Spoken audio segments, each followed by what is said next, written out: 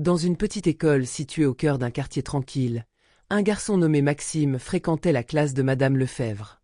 L'établissement, entouré de jardins verdoyants et de rues pavées bordées de maisons aux volets colorés, semblait un lieu de paix. Mais derrière les murs de l'école, une dynamique silencieuse, presque invisible, se jouait. Madame Lefebvre, une enseignante douce et attentive, était appréciée de ses élèves pour sa bienveillance et son approche chaleureuse.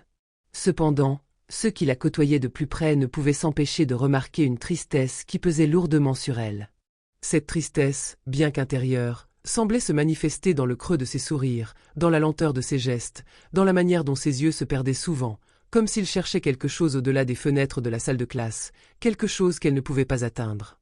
Maxime, âgé de 8 ans, était loin d'être un enfant ordinaire. À première vue, il semblait être un garçon calme, presque effacé parmi les autres.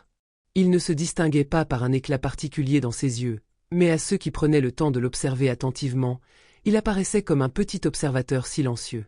Un garçon qui avait cette capacité étrange de remarquer les petits détails, les choses que les autres négligeaient.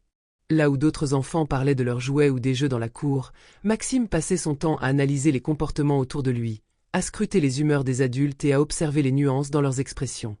Sa curiosité était profonde, presque insatiable, mais il ne posait jamais de questions directes. Il avait une capacité rare. Il ressentait les émotions des autres avant même qu'ils ne les expriment. Il était souvent vu, seul, en train de dessiner ou de lire des livres bien au-delà de son âge, un reflet peut-être de son monde intérieur complexe.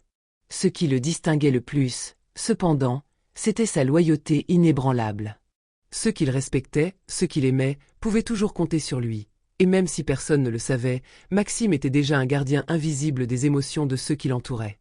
Il observait et, sans un mot, comprenait bien plus qu'il n'en laissait paraître. Mais ce qui le fascinait vraiment, c'était Madame Lefebvre. Depuis le début de l'année, il avait remarqué qu'il y avait quelque chose chez elle qui n'était pas tout à fait comme les autres adultes qu'il avait rencontrés. Elle était gentille, mais il y avait un voile de mélancolie permanent dans ses yeux, comme une ombre qui suivait chacun de ses pas. Elle souriait souvent à ses élèves, répondait à leurs questions avec patience, et savait comment les guider avec douceur.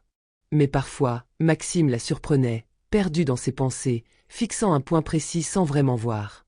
À ces moments-là, son visage semblait plus vieux que ses 30 ans.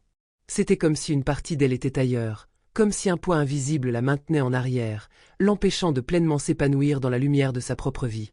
Maxime savait que les adultes avaient leurs secrets, leurs douleurs cachées. Mais avec Madame Lefebvre, il ressentait une présence particulière de solitude, comme si cette tristesse était tellement ancrée en elle qu'elle devenait une part de son être. Et contrairement à d'autres enfants, qui pouvaient ignorer ce genre de choses, Maxime ne pouvait pas se détacher de cette intuition. Il la comprenait sans qu'elle n'ait besoin de dire un mot. Et c'est cette même intuition qui le poussa à agir un jour. Un après-midi, alors que la sonnerie annonçant la fin de la journée scolaire retentit, Maxime attendit que les autres enfants s'éparpillent dans la cour. Habituellement, il aurait couru dehors pour rejoindre ses amis, mais aujourd'hui, quelque chose le retenait. Il se sentait comme un témoin silencieux d'un mystère qu'il fallait résoudre. Il se dirigea lentement vers le bureau de Madame Lefebvre, ses petites mains serrées autour de ses livres. Elle était là, comme à son habitude, le regard plongé dans une pile de copies, corrigeant avec cette même expression fatiguée. Il s'arrêta un instant pour l'observer. Elle n'avait pas remarqué sa présence, trop absorbée par son travail. Maxime, avec la même douceur qu'il avait toujours dans sa voix, s'avança lentement et murmura « Madame Lefebvre ». Elle leva les yeux, surprise de le voir encore dans la salle. Un sourire fatigué apparut sur ses lèvres. « Maxime, que puis-je faire pour toi ?» demanda-t-elle, sa voix chaleureuse, mais brisée par l'usure du temps et des soucis cachés. Maxime baissa les yeux, comme pour chercher les bons mots, mais il n'eut pas besoin de chercher longtemps. Son visage se durcit légèrement, et il fixa son regard dans celui de Madame Lefebvre. « Madame Lefebvre, dit-il d'une voix douce mais ferme, vous devez arrêter de chercher la vérité. Elle est déjà devant vous. » Le monde autour de Madame Lefebvre sembla se figer. Les paroles de Maxime étaient si différentes de tout ce qu'elle avait entendu de la part de ses élèves. Aucun enfant ne parlait jamais ainsi, avec une telle gravité. Il n'y avait pas d'espièglerie dans sa voix, ni de malice, mais une certitude presque inquiétante. Madame Lefebvre, prise au dépourvu, se sentit soudainement vulnérable. Elle avait l'impression qu'il avait percé un voile invisible qu'elle avait soigneusement tissé autour d'elle pendant toute l'année. La vérité qu'elle évitait, qu'elle fuyait à tout prix, venait d'être effleurée. Je ne comprends pas, Maxime. De quelle vérité parles-tu? Demanda-t-elle, son cœur battant la chamade. Elle se redressa, cherchant à garder son calme. La question la déstabilisait profondément, et pour la première fois depuis des mois, elle se sentit prise au piège de ses propres émotions. Maxime se pencha légèrement en avant, ses yeux brillant d'une étrange lumière, comme s'il venait de toucher un secret trop grand pour être exprimé à voix haute. « Je sais pourquoi vous êtes triste, madame, dit-il doucement, mais avec une clarté déconcertante. Je sais ce que vous cachez. Mais je ne vais pas vous en parler maintenant. Vous devez faire face à la vérité. C'est pour cela que vous êtes triste, n'est-ce pas? » Le souffle de madame Lefèvre se coupa. Elle était comme figée dans le temps. Comment cet enfant pouvait-il savoir? Comment avait-il perçu la douleur qu'elle avait si longtemps enfermée en elle? Le secret qu'elle avait enfoui au plus profond de son cœur, loin des regards, loin de la lumière, semblait soudainement à portée de main.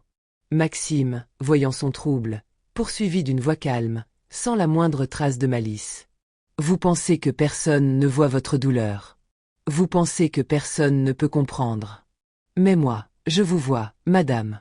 Et je sais que vous avez perdu quelqu'un de très important. Madame Lefèvre se leva brusquement, comme si une vague d'émotion déferlait sur elle. Son visage se décomposa sous l'effet de la surprise, de l'incompréhension, et, peut-être, du soulagement. Maxime avait-il raison? Comment savait-il ce qu'elle avait si soigneusement caché pendant toute l'année? La douleur qu'elle avait dissimulée derrière son sourire fatigué, l'ombre qu'elle portait en elle, semblait désormais exposée, dévoilée aux yeux d'un enfant, un enfant qui n'avait pas encore appris à cacher ses propres émotions, mais qui savait, d'une manière que personne n'aurait pu imaginer, ce qu'elle portait dans son cœur. Elle prit une grande inspiration, cherchant à garder son calme. « Maxime. » Sa voix trembla légèrement. « Comment sais-tu cela? » Le regard de Maxime s'adoucit encore, mais une étrange détermination brillait toujours dans ses yeux. Il n'y avait rien d'enfantin dans l'intensité de son regard, rien de l'insouciance d'un garçon de 8 ans. « Je ne sais pas tout, madame. Mais je sais que vous devez arrêter de fuir cette vérité. Vous devez accepter ce qui s'est passé. Et c'est pour cela que vous êtes triste, n'est-ce pas? » Il posa ses mains sur ses genoux, comme s'il attendait une réponse, mais plus encore, il offrait un espace. Un espace où madame Lefèvre pouvait laisser tomber la façade, même un instant. Madame Lefèvre se sentit submergée, un poids énorme s'abattant sur sa poitrine. Son regard se perdit dans la lumière tamisée de la salle de classe, les murs résonnant de souvenirs qu'elle n'avait pas voulu affronter. Depuis 1 an, elle vivait avec cette douleur comme une ombre invisible, glissant sur chaque sourire, sur chaque parole, dans un simulacre de normalité. La perte d'Alexandre, son frère, son complice de vie, l'avait laissée dévastée. Ce vide qu'il avait laissé était un gouffre, et elle ne savait plus comment vivre avec. Les missions humanitaires avaient toujours été une partie de son identité, et quand il était parti, elle n'avait pas envisagé que la fin de son aventure serait aussi tragique. Le destin avait frappé trop durement, trop soudainement. Un accident, ils avaient dit. Mais pour elle, c'était bien plus qu'un accident. C'était la fin d'un monde qu'elle avait connu, une perte qu'aucune parole ne pouvait réparer. Maxime, pourtant, semblait en savoir plus qu'il n'aurait dû. Peut-être étaient-ce ses yeux, peut-être la manière dont il observait les gens. Il était silencieux, mais il avait cette façon étrange d'écouter, non seulement avec ses oreilles, mais avec toute son âme. Elle le regarda alors, et cette fois, elle vit une vérité qu'elle avait choisi d'ignorer. Il comprenait. Elle se détourna, cherchant une échappatoire, mais Maxime était toujours là, immobile, calme, comme une présence rassurante. Jotae. Elle prit une inspiration, son cœur battant fort dans sa poitrine. Maxime, je ne suis pas prête à en parler. Ce n'est pas quelque chose que l'on peut simplement comprendre, surtout à ton âge. Maxime, d'un geste calme et paisible, lui posa une main sur le bras. Ce n'était pas une simple main posée là, mais un contact empli d'une empathie silencieuse, une main tendue qui disait « Je comprends, mais tu n'es pas seule. » Je comprends mieux que vous ne le pensez, madame. Mais vous devez savoir que vous n'êtes pas seule. Et peut-être qu'en acceptant cette vérité, vous pourrez enfin guérir. Les mots de Maxime frappèrent madame Lefèvre comme un coup de tonnerre. Elle baissa les yeux, essayant de maîtriser les émotions qui la submergeaient. Ce garçon n'avait aucune idée de ce qu'il venait de déclencher en elle. Comment pouvait-il, à son âge, avoir cette sagesse, cette force silencieuse? Elle lui sourit faiblement, mais un éclat de larmes perla à ses yeux, qu'elle se dépêcha de chasser. Pas encore, pas maintenant. Elle n'était pas prête. Le lendemain matin, Madame Lefèvre arriva à l'école plus tôt que d'habitude.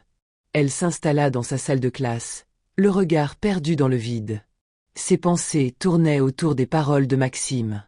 Peut-être qu'il a raison, se disait-elle. Peut-être que je ne peux plus fuir.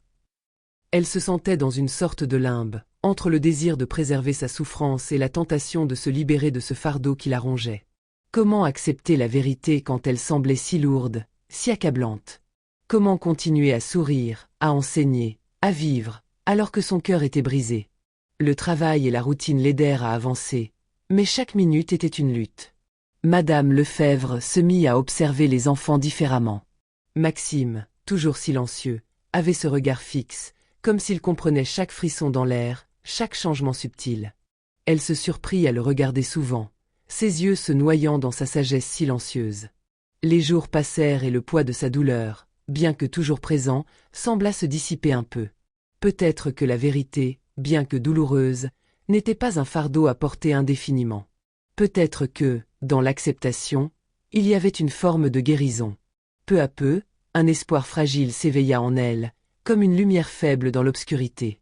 Les semaines s'étiraient, et un jour, après plusieurs mois de silence intérieur, Madame Lefèvre trouva le courage de parler.